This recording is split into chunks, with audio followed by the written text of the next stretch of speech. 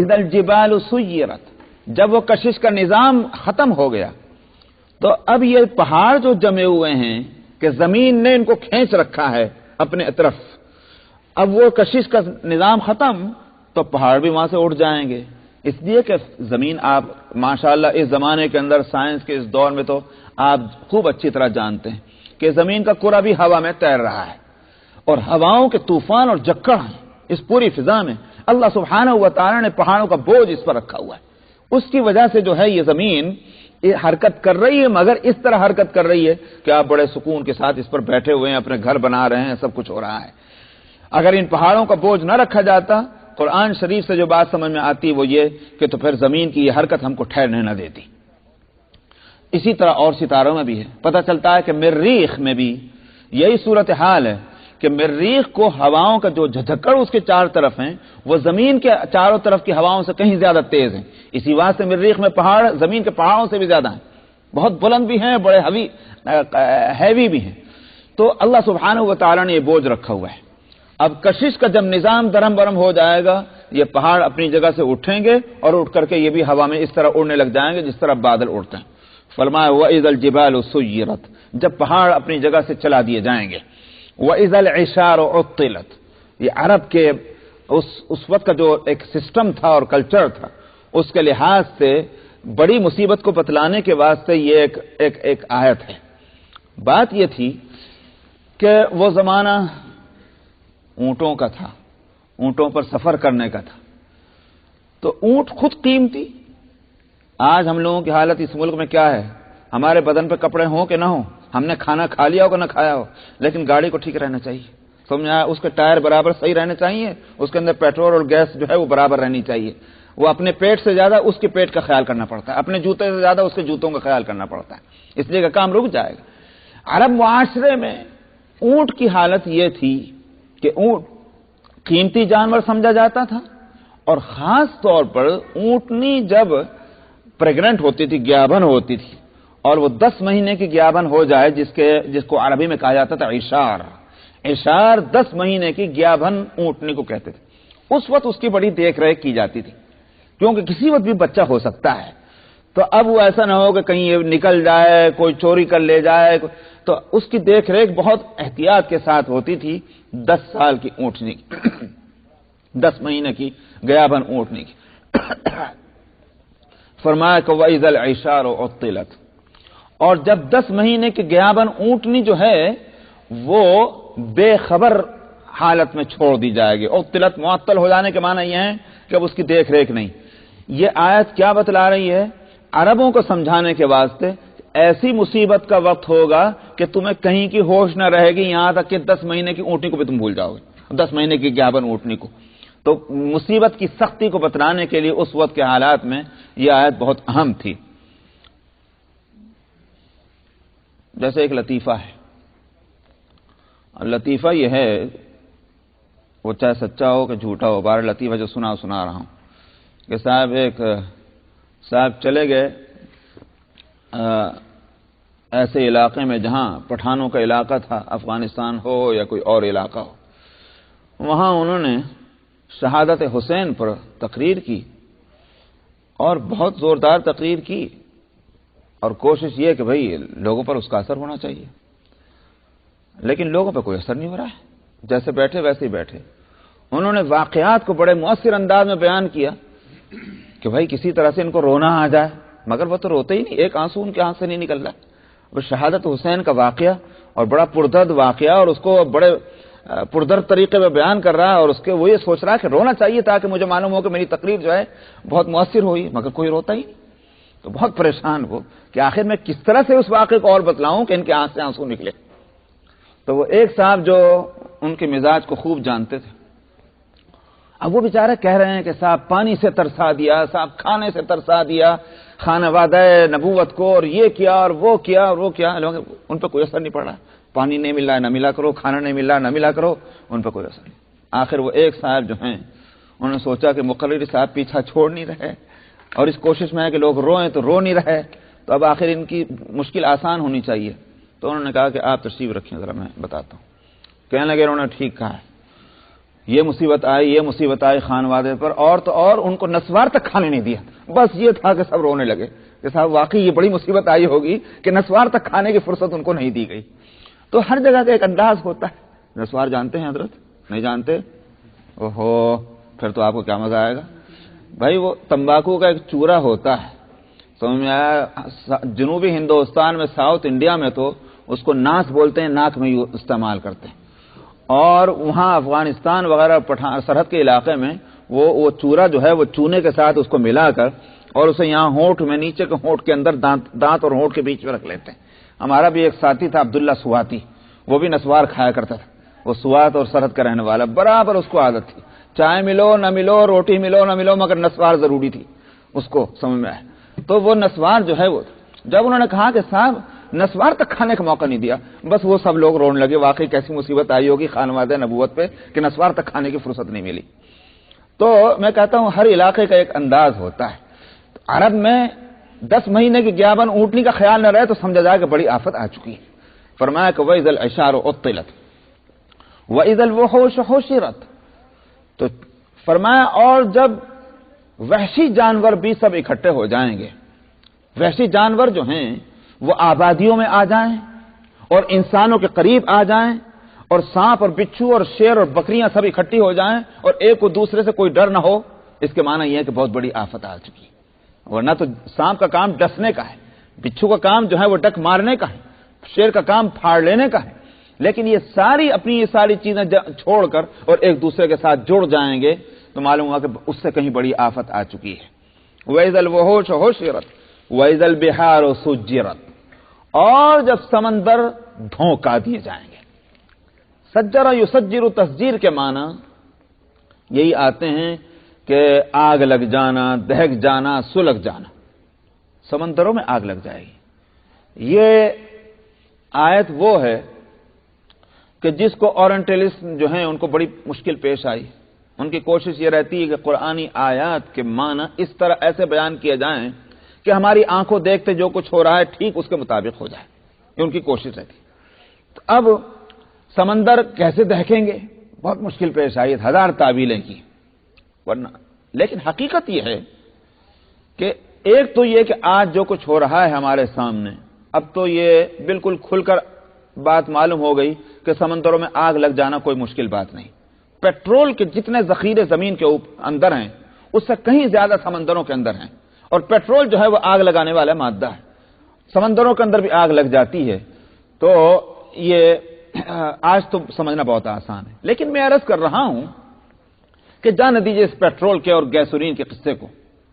سوال یہ ہے کہ پانی آگ بجھاتی ہے، یہ جو اس کے اندر وصف ہے، اصل میں تو پانی کی اگر حقیقت کو سمجھا جائے اور اس کے جو اجزاء ترکیبی ہیں اگر ان کو دیکھا جائے تو پانی کا یہ وصف کہ وہ آگ بجھاتا ہے یہ سمجھ میں نہیں آنا چاہیے تھا۔ سمجھ میں آیا؟ سمجھ رہے ہیں تو مشاہدے کی وجہ سمجھ رہے ہیں، ورنہ حقیقت یہ ہے کہ جو اجزاء ہیں پانی کے وہ تو یہ کہہ رہے ہیں کہ پانی کو بجھانا نہیں چاہیے بلکہ آگ لگانی چاہیے۔ کیوں؟ پانی کے 2 اجزاء ہیں، ایک ہے آکسیجن، ایک ہے ہائیڈروجن۔ آکسیجن جو ہے وہ آگ لگائے، ہائیڈروجن جو ہے اس میں آگ لگے، وہ بھڑکے، ایک بھڑکائے دوسرا بھڑکے۔ 2 مادے ہیں جس کو ایک دوسرے کے ساتھ ملا کر اللہ سبحانہ و تعالی نے پانی بنایا، تو دونوں اجزاء جو ہیں اس میں جلنے اور جلانے کا مادہ موجود ہے۔ تو قابل تعجب بات جو ہے وہ تو ان 2 اجزاء سے مل کر جو چیز تیار ہوئی ہے اس کے اندر یہ وصف پیدا ہونا کہ وہ لگی آگ کو بجھا دے، یہ بات جو ہے یہ تعجب کی ہے، لیکن چونکہ مشاہدہ ہے اس بات سے تعجب نہیں ہو رہا، اور آج اس کا سمجھنا مشکل ہو رہا کہ آگ کیسے لگے گی سمندر کے اندر۔ سیدھی بات یہ ہے کہ اللہ سبحانہ و تعالی ان کے دونوں اجزاء، ان اجزاء کے جو اپنے وصف ہیں اس کو جو ہے حکم دے دیں گے کہ وہ کام کریں۔ پانی جو تیسری شکل جو بن رہی تھی ان 2 جز کے ملنے سے، ان 2 جز کو الگ الگ کر دیا جائے، ختم ہو گئی بات۔ تو اس کو ہمارے یہاں کہتے ہیں محاورے میں پانی کا پانی، دودھ کا دودھ۔ سمجھ میں آیا کیوں کہتے ہیں کہ دودھ کا دودھ، پانی کا پانی؟ معلوم ہوا کہ دودھ الگ چیز ہے، پانی الگ چیز ہے۔ آپ ان دونوں کو الگ کر سکتے ہیں کہ نہیں کر سکتے ہیں، لیکن بہرحال جو چیز ملائی گئی اس کو الگ بھی کیا جا سکتا ہے۔ اللہ سبحانہ و تعالیٰ نے ان 2 جز کو ملایا، ان 2 جز کو الگ کر دیں گے، اس میں آگ لگ جائے۔ تو میں اس تقریر اس لیے کر رہا ہوں کہ اورینٹلسٹ نے جو ہے اس میں شک پیدا کرنے کی کوشش کی ہے ان آیتوں کے اندر، ورنہ واقعہ یہ ہے کہ ہمارا ایمان تو ویسا ہونا چاہیے جیسے صحابہ کا تھا، جیسے تابعین کا تھا۔ ان کو کیا معلوم تھی کہ پانی کے اجزاء کیا ہیں، ان میں آگ لگنے کی صلاحیت ہے کہ نہیں۔ اس زمانے میں تو پیٹرولیم بھی نہیں تھا کہ آج ہم اپنا مشاہدہ ہمارا یہ ہے کہ سمندر کے اندر پیٹرول کے مادے موجود ہیں اور اس میں آگ لگ جاتی ہے، لیکن صحابہ نے ان ساری باتوں کے نہ ہونے کے باوجود ان آیتوں کے معنی پر ایمان رکھا۔ کیوں؟ اس لیے کہ اللہ خالق ہے، اللہ خالق ہیں تو اللہ سبحانہ و تعالی جیسے چیزوں کے خالق ہیں ان چیزوں کے اوصاف کے بھی وہی خالق ہیں۔ جس طرح چیزوں کے بدلنے کی قدرت ہوتی، خالق کو ان کے اوصاف کے بدلنے کی بھی قدرت ہے۔ اس لیے آگ جلانے والی چیز ہے، اللہ سبحانہ و تعالی نے آگ میں یہ وصف رکھا ہے جلانے کا، لیکن اللہ کو یہ قدرت بھی تو ہوگی کہ آگ موجود رہے دیکھنے کے اعتبار سے، لیکن جلانے کا وصف اس میں سے نکال لیا جائے۔ اسی لیے حضرت ابراہیم علیہ الصلوۃ والسلام، نعرہ ابراہیم کے لیے کیا ہوا؟ قلنا یا نار، تو آگ تو رہے دیکھنے کے اعتبار سے، یہ نہیں کہ آگ ہی ختم ہو جائے۔ یوں نہیں فرمایا کہ اے آگ تو بجھ جا، اپنی ذات کو کھو دے، یہ نہیں فرمایا۔ قلنا یا نار کونی بردا وسلاما علی ابراہیم، اے آگ تو ٹھنڈی اور سلامتی والی بن جا ابراہیم پر۔ تو یوں نہیں کہا تو بجھ جا، اپنی ذات مٹا دے، ذات باقی رہے لیکن وصف جو ہے اس کو ختم کر دے۔ وصف کیا تھا؟ جلانے کا وصف۔ اسی طرح سے اللہ اگر ذات کو باقی رکھ کر وصف کو ختم کر سکتے ہیں تو ذات اور وصف کو بھی اللہ تعالیٰ ختم کر سکتے ہیں، تو سمندروں میں آگ لگ جائے گی۔ وَإِذَا الْبِحَارُ سُجِّرَتْ وَإِذَا النُّفُوسُ زُوِّجَتْ۔ تو میں نے کہا تھا 6 آیتوں میں تو قیامت کا پہلا مرحلہ یہ ہر چیز تباہ ہو جائے گی۔ دوسرا مرحلہ کیا ہوگا؟ پھر ان انسانوں کو جمع کیا جائے گا، جانداروں کو پھر جان ان کی ڈال کر کے ان کے جسموں کے اندر پھر ان کو وہاں جمع کیا جائے گا۔ یہ دوسرا مرحلہ ہے۔ میں نے کہا تھا کہ مشرکین کو اس کا سمجھنا بہت مشکل ہو رہا ہے، حالانکہ بالکل سمپل بات ہے۔ قرآن شریف میں اللہ سبحانہ و تعالی نے جگہ جگہ اس بات کو بتلایا۔ یہ بتاؤ کہ تمہاری تخلیق کیسے ہوئی؟ مٹی سے ہم نے بنایا، انا خلقناکم من تراب، ہم نے تمہیں مٹی سے بنایا۔ مٹی سے بنانے کے معنی کیا ہیں؟ مفسرین 2 باتیں بتلاتے ہیں۔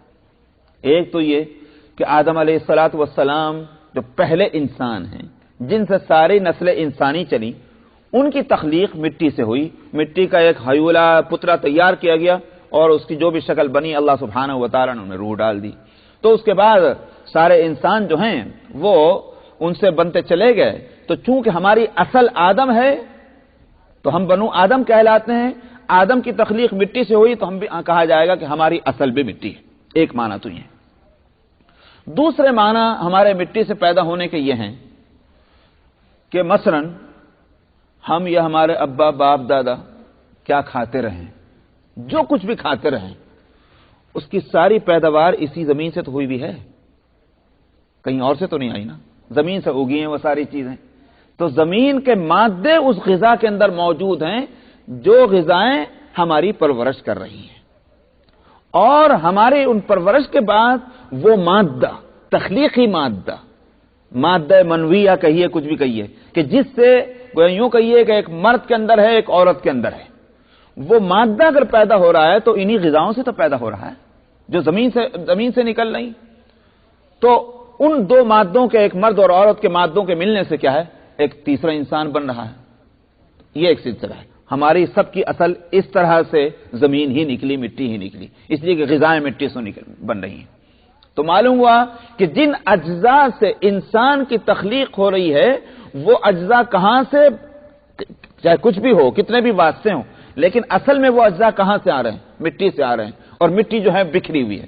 میں کہتا ہوں آج آپ نے جو صبح ناشتہ کیا ہوگا اس میں سیریل کھایا ہو یا اس میں روٹی کھائی ہو یا جناب والا وہ جو یہاں جو ہے ویکینڈ پہ خاص طور پر کھچڑی وچڑی کا ناشتہ ہوتا ہے وہ ہوا ہو، کہاں سے یہ چاول آئے ہوں گے؟ کہاں سے وہ جو ہے وہ گوشت آیا ہے؟ کہاں کے تھے وہ جانور؟ کہاں کے وہ تیل تھا؟ کہاں کے وہ مسالے تھے؟ اگر آپ سوچیں کس ملک سے کیا چیز آ رہی، کس ملک سے کیا چیز آ رہی ہے، تو پورے روئے زمین سے سمٹ کر وہ چیزیں آ رہی ہیں جس نے آپ کی غذا کو تیار کیا ہے، اور یہی غذا جو ہے وہ آپ کے اندر وہ مادے پیدا کرے گی۔ تو معلوم ہوا کہ یہ اجزاء جو ہیں تخلیق کے، پیدا ہونے سے پہلے پوری زمین میں بکھرے ہوئے ہیں، اللہ ان کو سمیٹ رہا ہے اور سمیٹ کر کے آپ کو اس قابل بنا رہا ہے کہ آپ سے ایک انسان بنے۔ پھر اللہ سبحانہ و تعالیٰ اس انسان کے اوپر موت مسلط کر کے اگر ان کے اجزاء کو اسی زمین میں بکھیر دے تو پھر انہی اجزاء کو دوبارہ واپس لینا کیا مشکل بات ہے۔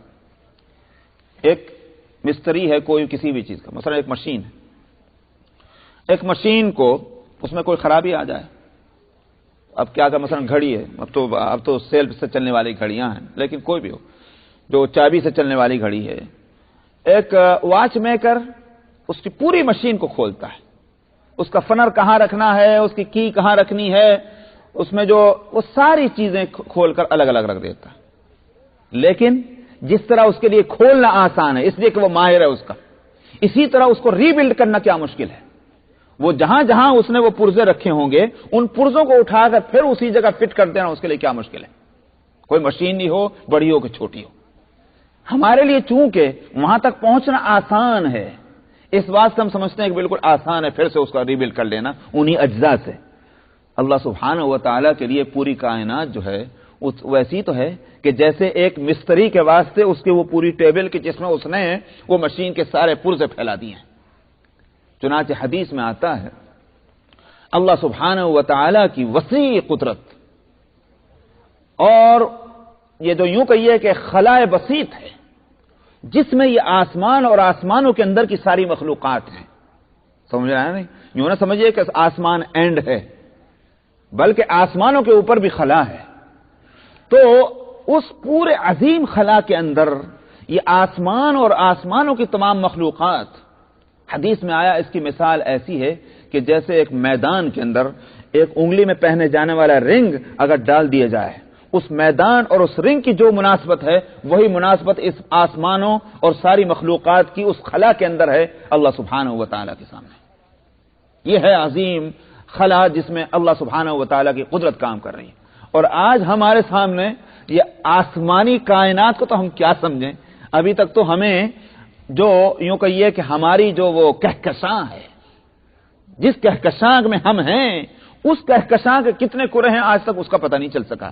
تو اور کہکشانوں کا تو حال چھوڑ دیجئے اور آسمانوں کا حال چھوڑ دیجئے اور وہ عرش اور کرسی کا تو حال چھوڑ دیجئے، لیکن یہ ساری ملا کر اللہ نے جو خلا پیدا کر رکھا ہے اس میں ایک چھلا ہے انگلی سے نکال کر جو زمین پر ڈال دیا جائے۔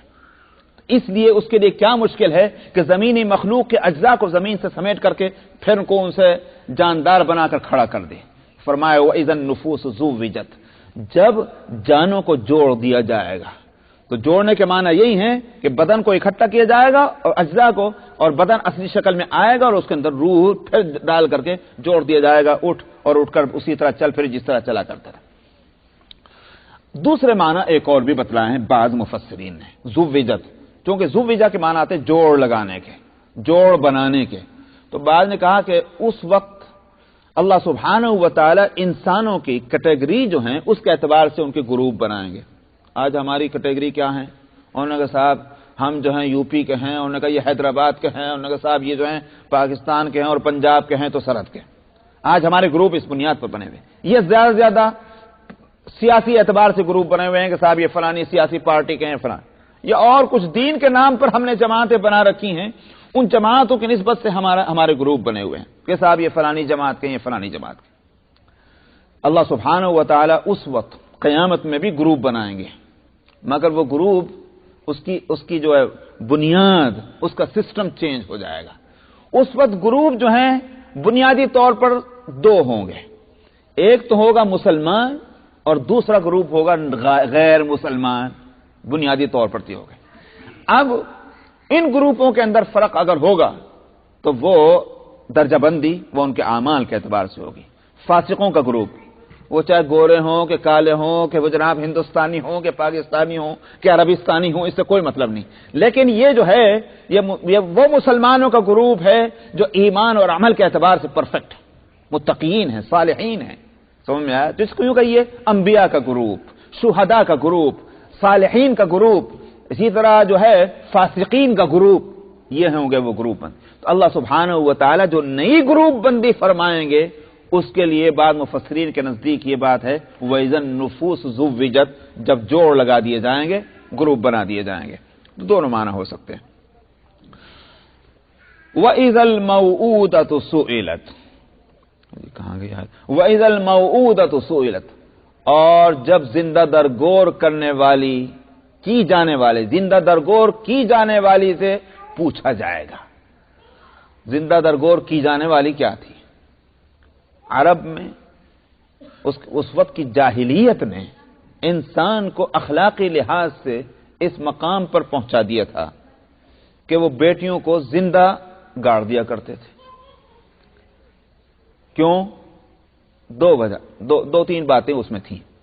ایک تو یہ کہ غربت اور افلاس اس کا سبب تھا کہ صاحب غریبی میں, وہ ہمارے یہاں کہتے ہیں کہ غریبی میں آٹا گیلا, ہم تو خود ہی غریب ہیں, اب یہ لڑکی پیدا ہو گئی تو یہ بھی کھائے گی ہمارا, اور کھا کے کچھ دینے سے تو رہی.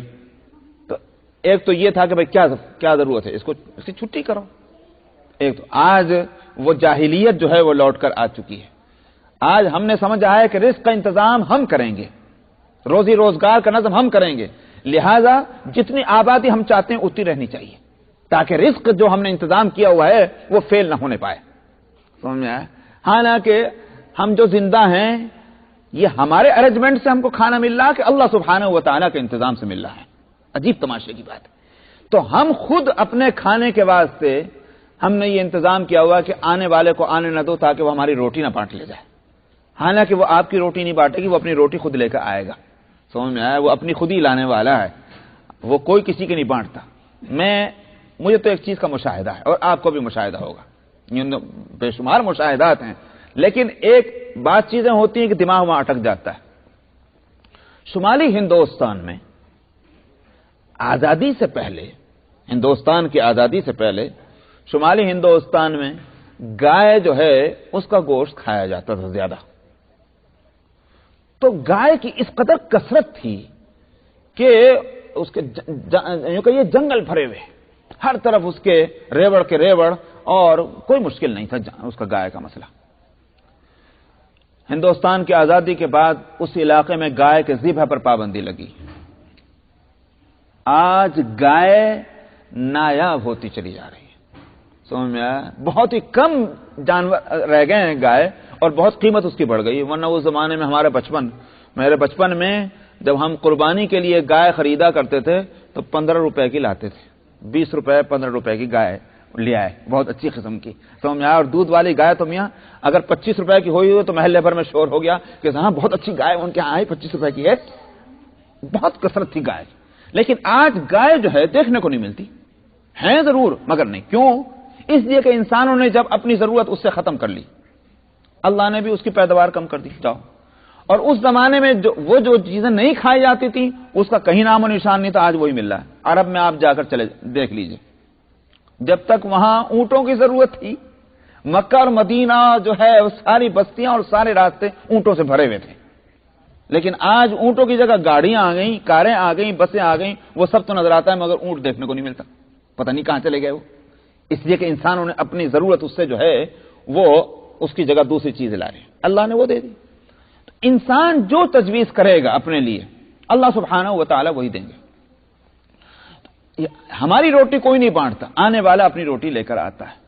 حدیث میں آتا ہے نبی کریم صلی اللہ علیہ وسلم نے فرمایا کہ جب نطفہ رحم مادر میں ٹھہرتا ہے, کوئی عورت جو ہے پریگننٹ ہوتی ہے, تو اسی وقت اس پر ایک فرشتہ مقرر ہو جاتا ہے, اور ہر مرحلے پر جیسے جیسے بھی ایک مرحلہ اللہ نے مقرر کیا ہوا ہے, ایک پیریڈ, اس پیریڈ پر وہ اللہ سے پوچھتا ہے, اے اللہ اس کو رکھوں یا اس کو گراؤں. اگر رکھنا منظور ہے تو اللہ کہتے ہیں کہ اس کو چلا رکھو. چنانچہ وہ پھر ایک دوسرا پیریڈ ختم ہوتا ہے تو پھر پوچھا جاتا ہے خداوندہ رکھوں یا اس کو گرا دوں. اس طرح سے وہ ہر مرحلے پر پوچھتا جاتا ہے, اور اللہ کے حکم سے اس کی پرورش ہونی شروع ہوتی.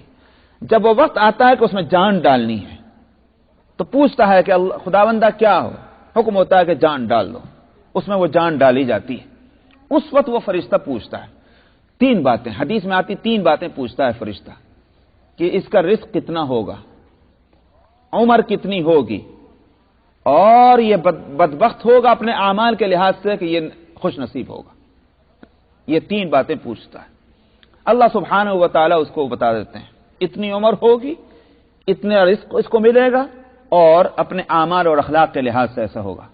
حدیث میں یہ کہا گیا کہ وہ فرشتہ ماں کے پیٹ ہی پر لکھ دیتا ہے، مطلب یہ کہ وہ چیز اسی وقت متعین ہو جاتی ہے اس کے لیے، ابھی تک وہ پیٹ کے اندر ہی ہے، باہر نہیں آیا، لیکن فیصلہ ہو چکا عمر کتنی ہے، رزق کتنا ہے، سعید ام شقی۔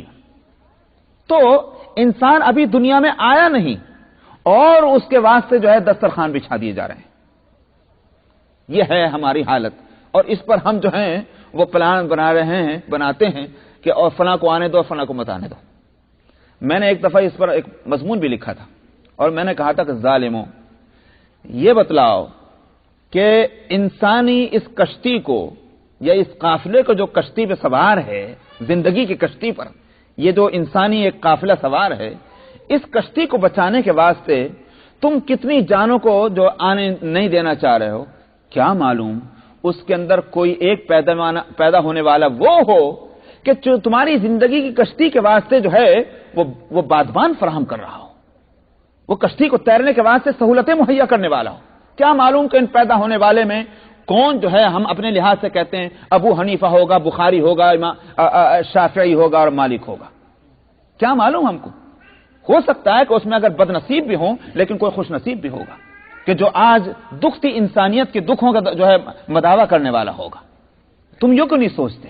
اس واسطے یہ ظلم ہے جو میں نے کہا وہ جاہلیت ہے جو لوٹ کر آئی ہے، کہ جس کی وجہ سے اس زمانے میں زندہ درگور کرتے تھے وہ لڑکیوں کو، تو لڑکیوں کو کرتے تھے۔ اس کے علاوہ ایک اور بات یہ تھی کہ چونکہ قبائل میں ٹکراؤ ہوتا رہتا تھا، وہ بھی جاہلیت ہی تھی، لڑائی جھگڑے۔ اس وقت یہ لڑکیاں جو ہوتی تھیں، عورتیں، یہ تو مصیبت بن جاتی تھی کہ بجائے مدد کرنے کے اور ان کی حفاظت کرو، اور لڑکے اگر ہیں تو وہ تو جناب وہ تو قوت بازو بنتے تھے، مددگار بنتے تھے۔ اس واسطے لڑکیوں کو مار دیا کرتے تھے، لڑکوں کو زندہ چھوڑ دیتے۔ بعض دفعہ تو یہ ہوتا تھا کہ جب وہ ڈلیوری کا وقت آتا اسی وقت وہیں گلا کھودے رکھتے تھے، اور اس دایا کو، اس کو جو بھی کہتے ہو، اس کو دایا کہیے ہماری زبان میں، کہ جو ڈلیوری کراتی، اس کو ہدایت ہو جاتی تھی کہ جیسے ہی پیدا ہو بچہ، اگر لڑکی ہے تو اسی گڑھے میں ڈال کر کہیں مٹی ڈال دینا، اور اگر یہ نہ ہوتا تو پھر کچھ دن کے بعد باپ کہیں نہ کہیں موقع نکال کر کے اور وہ لے جا کر کے اس کو وہ زندہ درگور کرتا۔ چنانچہ ایک واقعہ حدیث میں بھی آتا، من الشیطان الرجیم، بسم اللہ الرحمن الرحیم، وَإِذَا الْمَوْءُودَةُ سُئِلَتْ بِأَيِّ ذَنبٍ قُتِلَتْ وَإِذَا الصُّحُفُ نُشِرَتْ وَإِذَا السَّمَاءُ كُشِطَتْ وَإِذَا الْجَحِيمُ سُعِّرَتْ وَإِذَا الْجَنَّةُ أُزْلِفَتْ عَلِمَتْ نَفْسٌ مَّا أَحْضَرَتْ فَلَا أُقْسِمُ بِالْخُنَّسِ الْجَوَارِ الْكُنَّسِ وَاللَّيْلِ إِذَا عَسْعَسَ وَالصُّبْحِ إِذَا تَنَفَّسَ إِنَّهُ لَقَوْلُ رَسُولٍ كَرِيمٍ ذِي قُوَّةٍ عِندَ ذِي الْعَرْشِ مَكِينٍ مُطَاعٍ ثَمَّ أَمِينٍ وَمَا صَاحِبُكُم بِمَجْنُونٍ وَلَقَدْ رَآهُ بِالْأُفُقِ الْمُبِينِ وَمَا هُوَ عَلَى الْغَيْبِ بِضَنِينٍ وَمَا هُوَ بِقَوْلِ شَيْطَانٍ رَّجِيمٍ فَأَيْنَ تَذْهَبُونَ إِنْ هُوَ إِلَّا ذِكْرٌ لِّلْعَالَمِينَ لِمَن شَاءَ مِنكُمْ أَن يَسْتَقِيمَ وما تشاءون إلا أن يشاء الله رب العالمين صدق اللہ العظیم.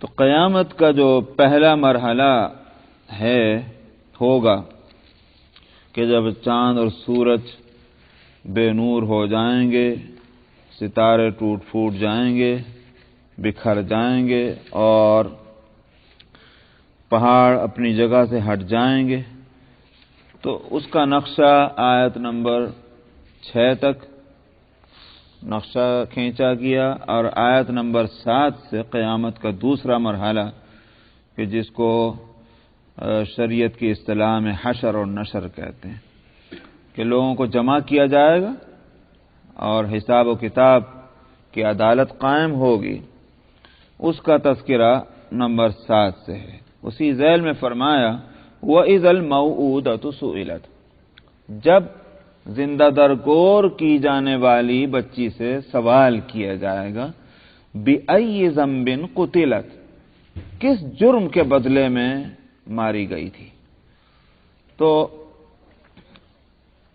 لڑکیوں کو زندہ درگور کرنا یہ بات عرب جاہلیت میں بھی تھی اور دوسرے اور ملکوں میں بھی تھی.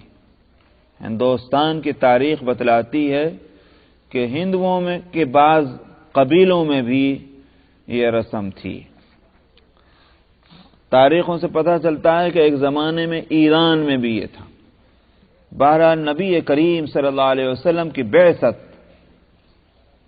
ایسے وقت میں ہوئی کہ عرب میں یہ برائی اور مصیبت چل رہی تھی. نبی کریم صلی اللہ علیہ وسلم کی خدمت میں ایک صحابی حاضر ہوئے اور انہوں نے اپنی جاہلیت کے زمانے کی برائیوں کا تصور کرتے ہوئے ان میں ان کی نظر میں سب سے بڑی برائی جو تھی اس کا تذکرہ آپ سے کیا، اور یہ کہ کیا یا رسول اللہ میری یہ خطا معاف ہو سکتی ہے کیا؟ انہوں نے واقعہ بتایا، یا رسول اللہ میری ایک بیٹی تھی جو مجھ سے بہت مانوس تھی، اور جب میں پکارتا تو دوڑی دوڑی میرے پاس آیا کرتی تھی اور مجھے ابا جان کہہ کے لپٹا کرتی تھی. مجھے یہ بات پسند نہیں تھی کہ یہ بیٹی رہے. میں نے کئی مرتبہ کوشش کی تھی کہ اس کو مارا جائے، مگر گھر والے جو ہیں وہ رکاوٹ بنتے رہے اور میں کامیاب نہ ہو سکا. ایک روز میں اس کو لے کے چلا اور وہ میرے ساتھ خوشی خوشی جیسی رہتی تھی اسی طرح وہ میرے ساتھ چلی. ایک جگہ راستے میں ایک کنواں آیا، میں نے کنویں میں اسے دھکا دے دیا. آخری آواز جو اس کی میرے کان میں پہنچی وہ یہ کہ ہائے ابا ہائے ابا. تو یہ واقعہ انہوں نے سنایا. نبی کریم صلی اللہ علیہ وسلم رونے لگے، آپ کے چشم مبارک سے آنسو ڈھلک آئے. تو ایک صحابی نے اس کو ٹھیل ماری اور انہوں نے کہا کہ بندے خدا کے تم نے نبی کریم صلی اللہ علیہ وسلم کو غمگین کر دیا ہے. آپ نے ان کو روکا، آپ نے فرمایا ان کو اپنے دل کی بات کہہ لینے دو. پھر آپ نے اس فرمائش کی کہ وہ واقعہ پھر سناؤ. انہوں نے پھر سنایا. آپ اتنا روئے کہ آپ کی داڑھی بھیگ گئی آپ کے آنسوؤں سے. اس کے بعد آپ نے فرمایا کہ اسلام جاہلیت کی ساری برائیوں کو دور کر دیتا ہے. الاسلام یہدم ما کان قبلہ. اسلام کو جب قبول کر لیا اس کے معنی یہ ہوئے کہ یہ تو نام عنوان ہے اسلام، لیکن اس کو یوں کہیے دوسرے لفظوں میں کہ جس نے یہ فیصلہ کر لیا کہ میں آئندہ سے اللہ کا بندہ بن کر رہوں گا، اس کے حکموں پر چلوں گا، اس کی نافرمانی نہیں کروں گا، اور جو اب تک میں کر چکا ہوں اس کے لیے میں توبہ مانگتا ہوں. ظاہر ہے کہ توبہ تو سارے گناہوں کو معاف کرے گی. تو اس کو دوسرے لفظوں میں آپ نے فرمایا کہ اسلام جو ہے وہ تمام برائیوں کو دور کر دیتا ہے۔ اچھا، جب یہ واقعہ ہم پڑھتے ہیں یا سنتے ہیں تو اس کے یہ معنی قطعاً ذہن میں نہیں آنے چاہیے کہ پورا عرب اس برائی میں مبتلا تھا، ہر خاندان اور خاندان کا ہر فرد اور ساری برادریاں اور قبیلے جو تھے وہ یہی حرکتیں کرتے تھے، ایسا نہیں، بلکہ یہ کہ اس برائی کو برائی بھی سمجھا جاتا تھا۔ اس کی ایک مثال میں دیتا ہوں، مثال کہ برائی کو برائی سمجھتے ہوئے بھی کرتے رہنا، چاہے سب کریں چاہے کچھ کریں۔ مثلا ہندوستان کے بعض علاقوں میں جو جہیز اور کیا کہتے ہیں وہ جوڑے کی رقموں کا مسئلہ ہے، جوڑے کی رقم دی جانے کا، اور جہیز کے اسی طرح سے فرمائشیں کر کے جہیز مقرر کرنا اور لینا، اس کے برا ہونے کو سب مانتے ہیں، جو دیتے ہیں وہ بھی اس کو برا کہتے ہیں، جو لیتے ہیں وہ بھی برا کہتے ہیں، مگر کیے جا رہے ہیں۔ اس لیے میں نے کہا کہ عرب میں بھی ایسے لوگ تھے اس زمانے میں کہ جو اس کو برا سمجھتے تھے اور اس کے خلاف جو کچھ ان سے ہو سکتا تھا وہ کرتے تھے، مگر جو اس میں مبتلا تھے وہ سننے کو تیار ہی نہیں تھے۔ چنانچہ صعصع رضی اللہ عنہ مشہور صحابی ہیں، نبی کریم صلی اللہ علیہ وسلم کی خدمت میں حاضر ہوئے، عرض کہ یا رسول اللہ، میں نے اسلام قبول کرنے سے پہلے جاہلیت کے زمانے میں میں نے کچھ اچھے کام بھی کیے ہیں۔ مثلا انہوں نے کہا کہ میں نے 360 لڑکیوں کو زندہ درگور ہونے سے بچایا، اور ہر ایک بچی کو بچانے کے لیے مجھے 2 اونٹ جو ہیں وہ ان کا مطلب یہ ہے کہ وہ دینے پڑے یا خرچ کرنے پڑے۔ تو اونٹ کی قیمت تو اچھی خاصی ہوتی ہے، یوں سمجھ جیسے ہم یہاں کہہ دیں کہ بھئی 2 کاریں لے کر کے ہم نے دے کر کے جان چھڑائی، تو وہ شکل اس وقت وہاں تھی۔ تو 360 لڑکیوں کا جان بچانا کتنی بڑی بات ہوگی، محض خرچ ہی نہیں بلکہ یہ کہ وہ اس کوشش میں کامیاب ہو جانا۔ ماں باپ چاہ رہے ہیں کہ اپنی بچی کو زندہ درگور کریں گے، کوئی اور ہوتے تو ہاتھ پکڑ کے چھین کے لے جائیں، لیکن ماں باپ کو کیا کریں گے؟ ان ماں باپ سے ان کی بچی لے لینا کہ اس کو زندہ رکھنا ہے اور پھر اس کی زندگی کے انتظامات کرنا ہے، معمولی بات نہیں۔ تو نبی کریم صلی اللہ علیہ وسلم نے فرمایا ہاں، اللہ سبحانہ و تعالی نیکیوں کو قبول فرماتے ہیں، اور تمہارے لیے یہ قبولیت ہے کہ تمہیں اسلام کی توفیق ہو گئی۔ یہ تو بالکل نقد سودا ہے کہ تم نے دنیا میں نیکی کی، اللہ نے دنیا میں تو تمہیں بدلہ دے دیا کہ ہدایت تمہیں مل گئی، اسلام کی توفیق ہو گئی۔ اس سے ایک بات یہ بھی معلوم ہوئی کہ اسلام قبول کر لینا یہ اتنی بڑی نیکی ہے کہ اس سے بڑھ کر کوئی نیکی نہیں ہے، یہ خوب سمجھ لیجئے۔ یہ میں اس لیے کہہ رہا ہوں کہ بہت سے لوگ اس وہم میں مبتلا ہیں، چاہے خود سے اور چاہے کسی کے بتائے سے، اس وہم میں مبتلا ہیں کہ وہ اسلام کس کام کا کہ جس کے بعد انسان کوئی نیکی نہ کر سکا، اس کے مقابلے میں وہ انسان 1000 درجے بہتر ہے جو اگرچہ مسلمان نہیں ہے اور اسلام کا دعوے دار نہیں ہے، کلیم نہیں کرتا، مگر نیکیاں کرتا۔ تو نیکی اصل میں جہاں بھی ہوگی قابل قدر ہے، مگر آپ نیکی میں بھی تو فرق کریں گے نا بھائی، ہر ایک نیکی کو تو ایک درجہ نہ دیں گے۔ مثال کے طور پر ایک شخص نے کسی آدمی کو $1 دے دیا، صدقہ کر دیا، اور دوسرے آدمی نے ایک بیمار کو جو سخت بیمار تھا، پریشان تھا، اس کی دوا دارو کا انتظام کر دیا۔ اب آپ بتائیں، نیکی تو وہ بھی ہے، نیکی یہ بھی ہے، مگر آپ اس نیکی کو اس نیکی کے برابر تو نہیں سمجھ سکتے، نیکی کا فرق ہے۔ ٹھیک اسی طرح سے دھوکہ نہ دینا، کسی کی مدد کر دینا، خیرات دان پن کرنا یقیناً نیکیاں، مگر جس طرح سے وہ ساری نیکیاں ایک دوسرے کے برابر نہیں، اسی طرح سے اسلام خود ایک نیکی ہے اور ساری نیکیوں پر بھاری ہے۔ سمجھ میں آیا؟ اس لیے جو لوگ اسلام کی قدر و قیمت کو سمجھتے نہیں، دراصل وہی اس طرح کے وہم میں مبتلا ہیں۔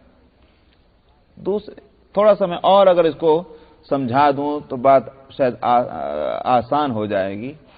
اصل بات یہ ہے، 2 آدمیوں کو ایک مثال میں دیتا ہوں، اس سے سمجھ لیں گے۔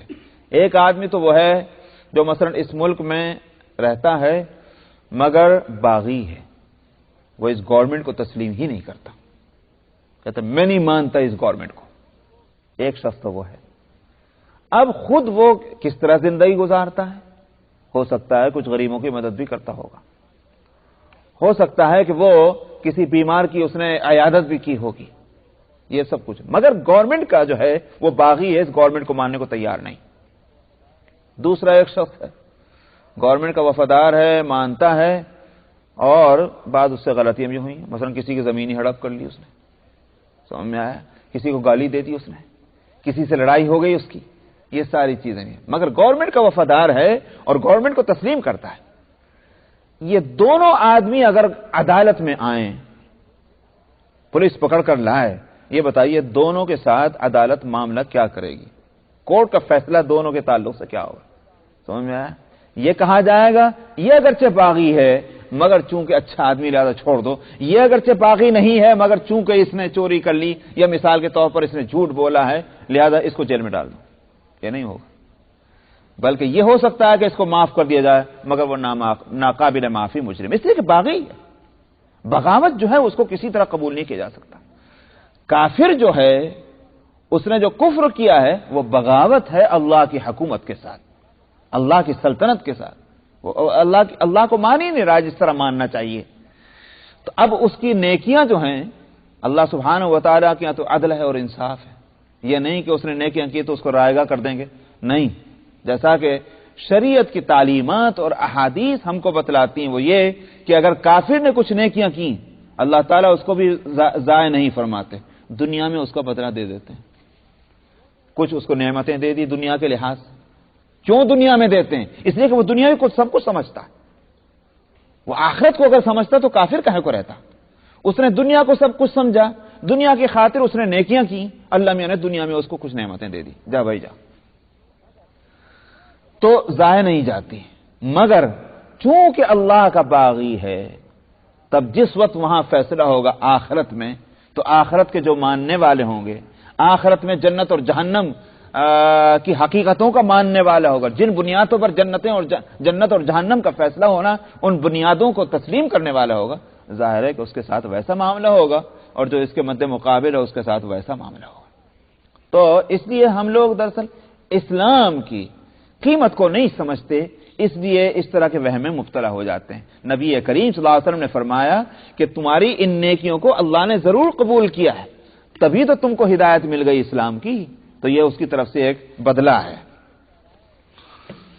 فرمایا اچھا یہاں جو پیرایا اختیار کیا تعبیر اس واقعے کی وہ یہ کہ وَإِذَا الْمَوْءُودَةُ سُئِلَتْ، قاتل سے نہیں پوچھیں گے اللہ میاں، یہ مطلب نہیں کہ قاتل کو چھوڑ دیا جائے گا، واقعے کو نقل اس طرح کیا جا رہا ہے، یوں ہوتا کہ جب کہ لوگوں سے پوچھا جائے گا کہ تم نے اپنی بیٹی کو زندہ درگور کیوں کیا، ایک تو یہ ہوتی ایک حکایت واقعے کی، لیکن حکایت واقعے کی اس طرح نہیں ہو رہی ہے، بلکہ ہو رہا کہ وَإِذَا الْمَوْءُودَةُ سُئِلَتْ بِأَيِّ ذَنبٍ قُتِلَتْ، اس سے اس واقعے کی ہولناکی جو ہے وہ زیادہ اس میں اضافہ ہو جاتا ہے۔ معلوم ہوا کہ جو اصل مجرم ہے اللہ میاں اس سے تو پوچھیں گے بھی نہیں، پوچھے جانے کے قابل بھی نہ ہوگا، اسی بیچاری سے معصوم سے پوچھا جائے گا تو ہی بتلا کہ تیرے ساتھ یہ ظلم کیوں ہوا، تیرا کیا قصور تھا، ظاہر ہے کہ وہ تو قصوروار ہے ہی نہیں۔